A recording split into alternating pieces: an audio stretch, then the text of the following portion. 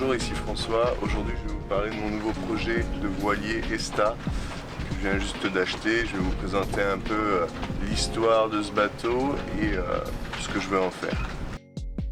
Alors ESTA, en fait, c'est un voilier en acier sur lequel je suis actuellement, que j'ai acheté il y a de ça 3 mois et donc que je projette de retaper et de remettre en état pour pouvoir naviguer dessus et vivre dessus.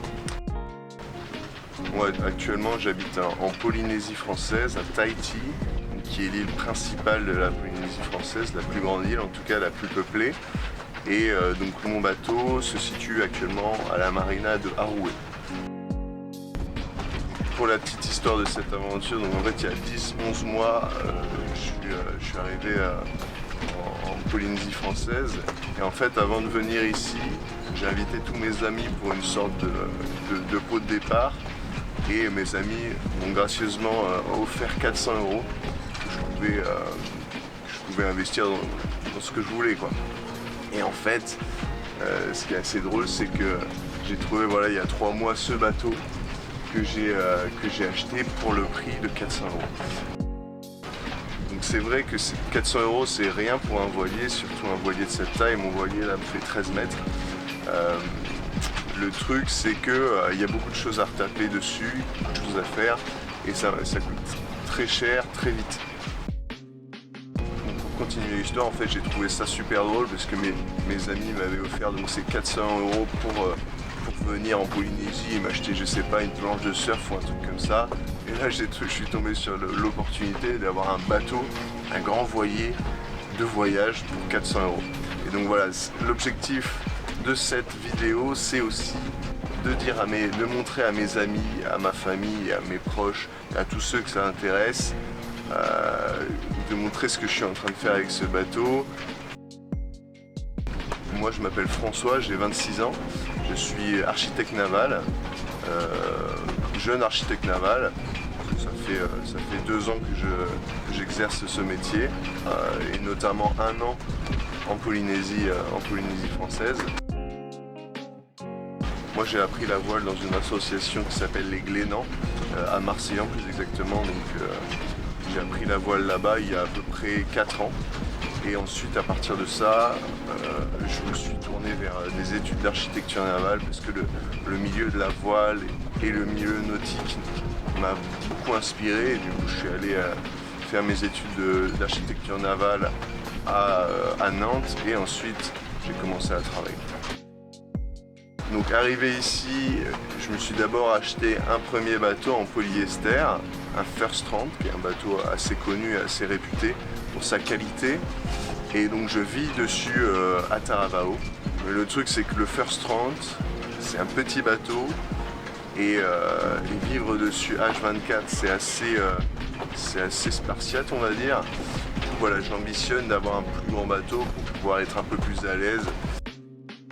Voilà, maintenant que j'ai fait un peu les présentations, ce que je vous propose c'est de passer au vif du sujet, c'est-à-dire de regarder un peu à quoi ressemble le bateau. On va commencer dans cette vidéo par faire un tour extérieur et dans la vidéo suivante, je vous montrerai un peu comment c'est à l'intérieur. Donc voilà le fameux bateau là, qui est actuellement au pied de la marina d'Aroué. Comme on peut le voir, donc voilà, il s'appelle Mickey actuellement, j'ai prévu de changer son nom et il s'appellera ESTA.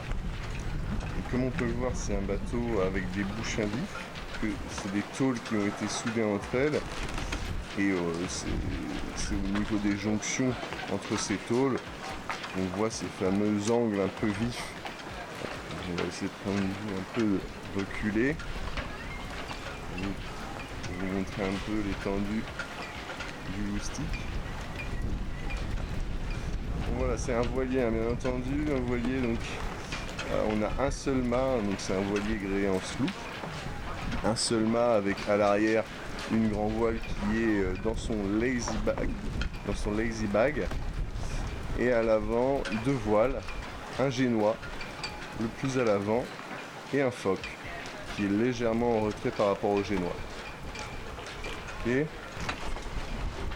Voilà, là il y a un petit moteur qui servira à l'annexe. c'est-à-dire le petit bateau qui nous permet, lorsqu'on est au mouillage, d'aller à terre. Voilà. Ça c'est la baume sur laquelle est attaché le bimini qui permet de nous protéger du soleil.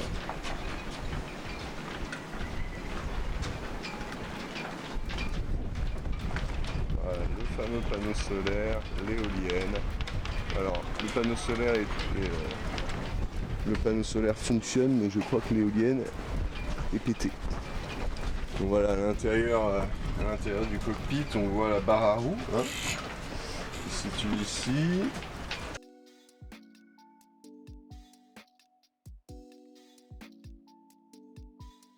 Ici c'est la descente qui permet de descendre à l'intérieur du bateau. Donc ici on a la fameuse annexe, hein, qui est recouverte d'une bâche pour éviter qu'elle se détériore avec le soleil. Vu de l'avant, ça ressemble à ça. Le mât avec tous les bouts, toutes les manœuvres qui vont servir justement à manœuvrer les voiles du bateau. Les haubans qui permettent de maintenir le mât dans sa position droite. Et à l'avant, les deux fameuses voiles qui sont positionnées sur un rouleur. C'est-à-dire que si jamais je veux les hisser, j'ai juste à tirer sur un bout et elles vont se dérouler. Et si je veux les affaler, j'ai juste à tirer sur un autre bout et elles s'enrouleront de cette manière. À chaque fois que tu affales la voile, tu n'es pas obligé de la ranger à l'intérieur de ton bateau, tu peux la laisser à poste. Ok. Et ensuite à l'avant, il y a le guindeau qui permet de remonter l'ancre sans se fatiguer.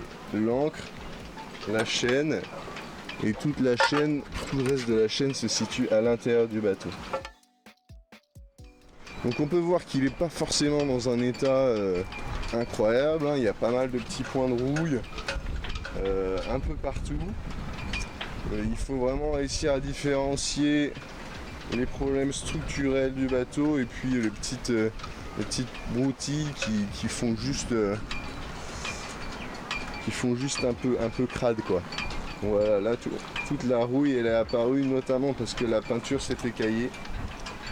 Bon, c'est pas très grave, ça peut se résoudre assez facilement. On voit que c'est pas forcément structurel ici, hein. C'est uniquement 1 millimètre de rouille peut-être qui s'est propagé là. Là où ça peut faire un peu plus peur, par exemple, c'est à ce niveau-là, hein, de la rouille au niveau du hauban. Il faut savoir que ça c'est le bas-été, pardon. Le bas-été il est sous tension, hein, il permet de tirer le mât vers l'avant et donc cette tension elle se répercute à ce niveau-là. Et c'est vrai que si on commence à avoir des points de rouille dans des endroits structurels aussi importants, ça peut faire un peu peur. Voilà, on pourra voir un peu quelle manière on va résoudre cette chose. Voilà, donc le bateau est quand même assez bien équipé en termes de voile et d'accessoires, puisqu'il a beaucoup navigué. Les anciens propriétaires sont venus avec le bateau de France, l'ont ramené donc c'est assez donc il est équipé pour le grand voyage. Donc voilà, merci beaucoup d'avoir suivi cette vidéo. Je suis très content de lancer ce petit projet. L'objectif c'est vraiment de permettre à des gens qui ont pourquoi pas l'objectif eux-mêmes dans un futur plus ou moins proche de s'acheter un bateau et ne savent pas si c'est envisageable, pour combien on peut s'acheter un bateau, quels sont les outils qu'il faut avoir, quels sont les savoirs qu'il faut avoir pour pouvoir le faire. L'objectif c'est vraiment qu'on apprenne ensemble de mes erreurs.